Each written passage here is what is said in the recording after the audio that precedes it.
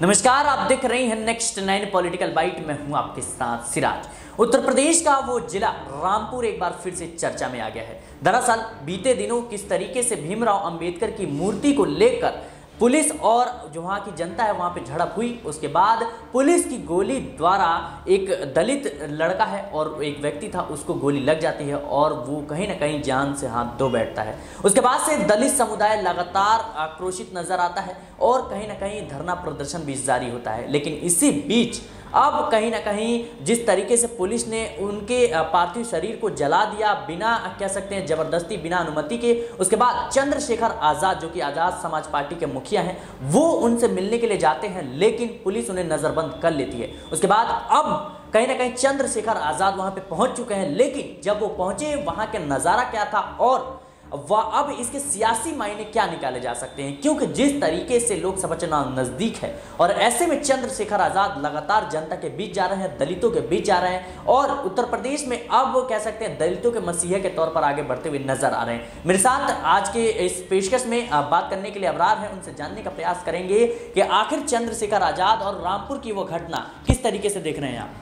देखिए, चंद्रशेखर आज़ाद जाहिर सी बात है कि दलित समाज के हितों के लिए, उनकी आवाज़ को उठाने के लिए लगातार प्रयास करते रहते हैं और जाहिर सी बात है कि इस वक्त जिस ढंग से हम देख रहे हैं कि एक के बाद एक बड़ा मुद्दा जो है नजर आ रहा है और ख़ास करके जो वो घटना घटी उस लड़के के साथ, जो पुलिस की बर्बरता जो है देखने को मिली, जिसको लेकर के अभी भी संशय ज़रूर है, जांच का विषय ज़रूर है, लेकिन आरोप यही लग रहे हैं कि पुलिस ने कहीं ना कहीं इस पूरे मामले में ज़्यादती की है। अब सवाल ये है कि आखिरकार जो है प्रदेश में जो भाजपा की सरकार है वो सरकार खामोश तमाशाई क्यों बनी बैठी है, सरकार इस पूरे मुद्दे पर जवाब क्यों नहीं दे रही है।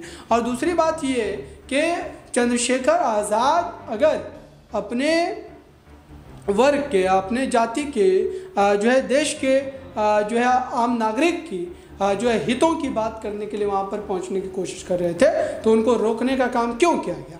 क्यों उत्तर प्रदेश की पुलिस इतनी ज़्यादा घबरा जाती है? क्यों देश की पुलिस इस पूरे मामले पर जो है इतना ज़्यादा सक्रिय हो करके जो है जितना जो है अपराध को रोकने के लिए काम नहीं किया जाता, उतना ज़्यादा विपक्ष के नेताओं को घेरने का प्रयास। लेकिन दावा तो यही किया जा रहा है कि यूपी में कानून व्यवस्था है वो काफ़ी ज़्यादा अच्छी है और इसका कहीं ना कहीं कहने में और करने में ज़मीन आसमान का फ़र्क होता है और इसका नतीजा मुझे लगता है अभी देखने को मिल चुका है। देखिए, यूपी की कानून व्यवस्था क्या है नहीं है तो सभी जानते हैं। कानून से तो यूपी चल ही नहीं रहा है। यूपी में तो बाबा का बुलडोज़र चलता है और बुलडोज़र चलाने के लिए क्या कानून की कोई जो है अनुमति लेनी पड़ती है? बिल्कुल भी नहीं लेनी पड़ती है। कई बार हाई कोर्ट ने इस पूरे मामले पर, सुप्रीम कोर्ट ने कई बार इस पूरे मामले पर जो है योगी आदित्यनाथ की सरकार को फटकार लगाया है। तो ये किसी से ढका छिपा नहीं है। अगर आप क्या कोर्ट ये ऑर्डर पास करता है कि किसी अपराधी के घर पर जाकर आप बुलडोज़र चला दें? बिल्कुल भी नहीं करता। कई ऐसे मामले हैं जिसको लेकर के सरकार यहाँ पर जो है घिरती हुई नजर आती है और सरकार की ये जो रवैये की बात करें, ये जो हठधर्मी की बात करें, ये जो दादागिरी की बात करें, ये पूरा का पूरा मामला इस समय कहीं ना कहीं सरकार के पतन का एक बड़ा कारण बन सकता है। उत्तर प्रदेश में जिस ढंग से हम देख रहे हैं कि कानून व्यवस्था पूरी तरीके से लचर व्यवस्था जो है बन चुकी है और ये योगी आदित्यनाथ के सत्ता से विदाई का एक बड़ा कारण, एक बड़ा आप कह सकते हैं कि जो है मसला बनता नजर आएगा, क्योंकि इस समय चंद्रशेखर आज़ाद ही नहीं बल्कि कई ऐसे नेता हैं विपक्ष के जिनको कहीं ना कहीं यहाँ पर जो है घेरने का प्रयास किया जा रहा है, डराने का, धमकाने का और उनको झुकाने का प्रयास किया जा रहा है, जो कि बिल्कुल जो आप कह सकते हैं कि यहाँ पर जो है विफल काम है और इस पूरे मामले में वो कतई किसी भी तरीके से, किसी भी हथकंडे को अपना करके जो है सफल नहीं होने वाला। एक आखिरी सवाल रहेगा कि चंद्रशेखर आजाद जिस तरीके से अभी लोकसभा चुनाव से पहले लगातार वो दलितों के बीच जा रहे हैं, उनसे बात कर रहे हैं, क्या वो मायावती के बाद एक नया विकल्प हो सकते हैं? देखिए, बिल्कुल विकल्प हो सकते हैं। जब राजनीति बदलती है तो चेहरे बदलते हैं, विचारधारा बदलती है, नीति बदलती है, रणनीति बदलती है।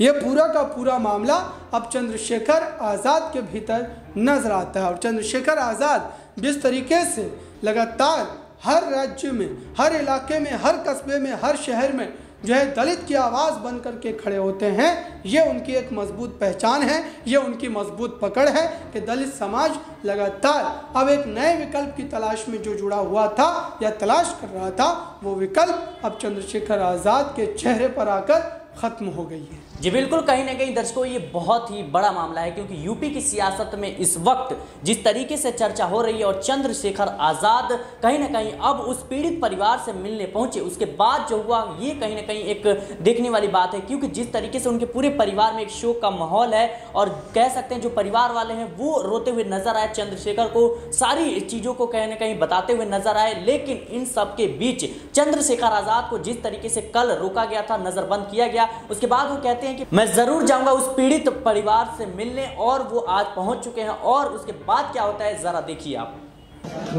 जो उसको ना लड़ो, घर में बैठ जाओ। जब वहाँ गर्मा गर्मी करते हो अपनी बात को लेकर तो भागते क्यों? मरोगे तो जाएगा, क्या हो जाएगा? मर तो गया थोड़ा बना लिया। मेरा काम है यार, और मेरा भी काम है। कौन सा चैनल? फेसबुक लाइव चला है। मुझे बता पूरा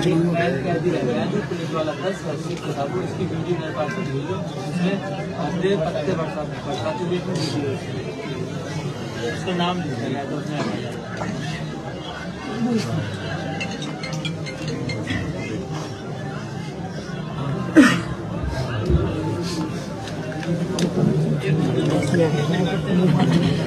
पानी की बैठो